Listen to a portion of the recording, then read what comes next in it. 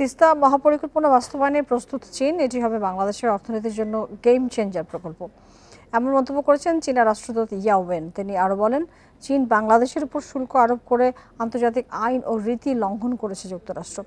তবে এ নিয়ে সংলাপে বসতে রাজি বেইজিং। সকালে নর্থ সাউথ ইউনিভার্সিটিতে এক সেমিনারে রাষ্ট্রদূত এসব কথা বলেন।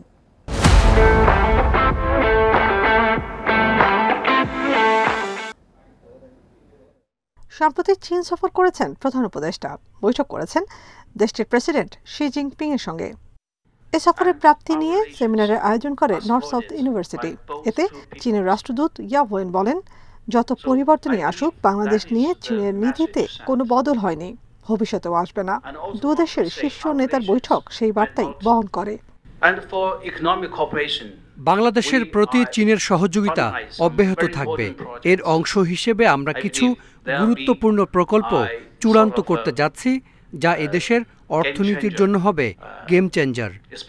এতে তিস্তা মহাপরিকল্পনাও রয়েছে।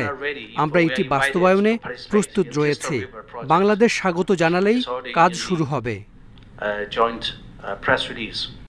পণ্যে যুক্তরাষ্ট্রের শুল্ক আরোপের সমালোচনা করে তিনি বলেন, ওয়াশিংটনের এই সিদ্ধান্ত বিশ্ব বাণিজ্যকে ধ্বংসের দিকে ঠেলে দেবে।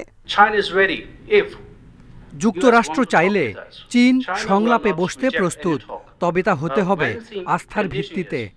আন্তর্জাতিক আইন ও রীতি লঙ্ঘন করে বিভিন্ন দেশের উপর শুল্ক আরোপ করেছে যুক্তরাষ্ট্র।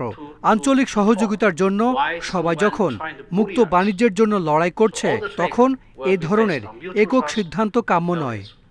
সেমিনারে জাতীয় নিরাপত্তা উপদেষ্টা খলিলুর রহমান আশা করেন, প্রধান উপদেষ্টা চীন সফরের মধ্য দিয়ে দু দেশের সম্পর্কে যে নতুন যাত্রা শুরু হয়েছে, তা পরের সরকার অব্যাহত রাখবে। রোহিঙ্গা ইস্যুতে চীন অনেক সহযোগিতা করছে।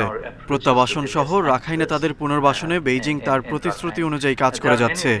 নতুন পদে নিয়োগের পর এ নিয়ে বিস্তারিত প্রকাশ্যে তুলে ধরা সম্ভব নয়, কিন্তু এটা আপনাদের নিশ্চিত করতে পারি, এই সংকটে বেইজিং আমাদের পাশে রয়েছে। এই সময় তিনি আরও জানান, শীঘ্রই স্বাস্থ্য ও কারিগরি শিক্ষা খাতে নতুন সহযোগিতার ঘোষণা দেবে চীন। Nafiza Dubla, independent news, Dhaka.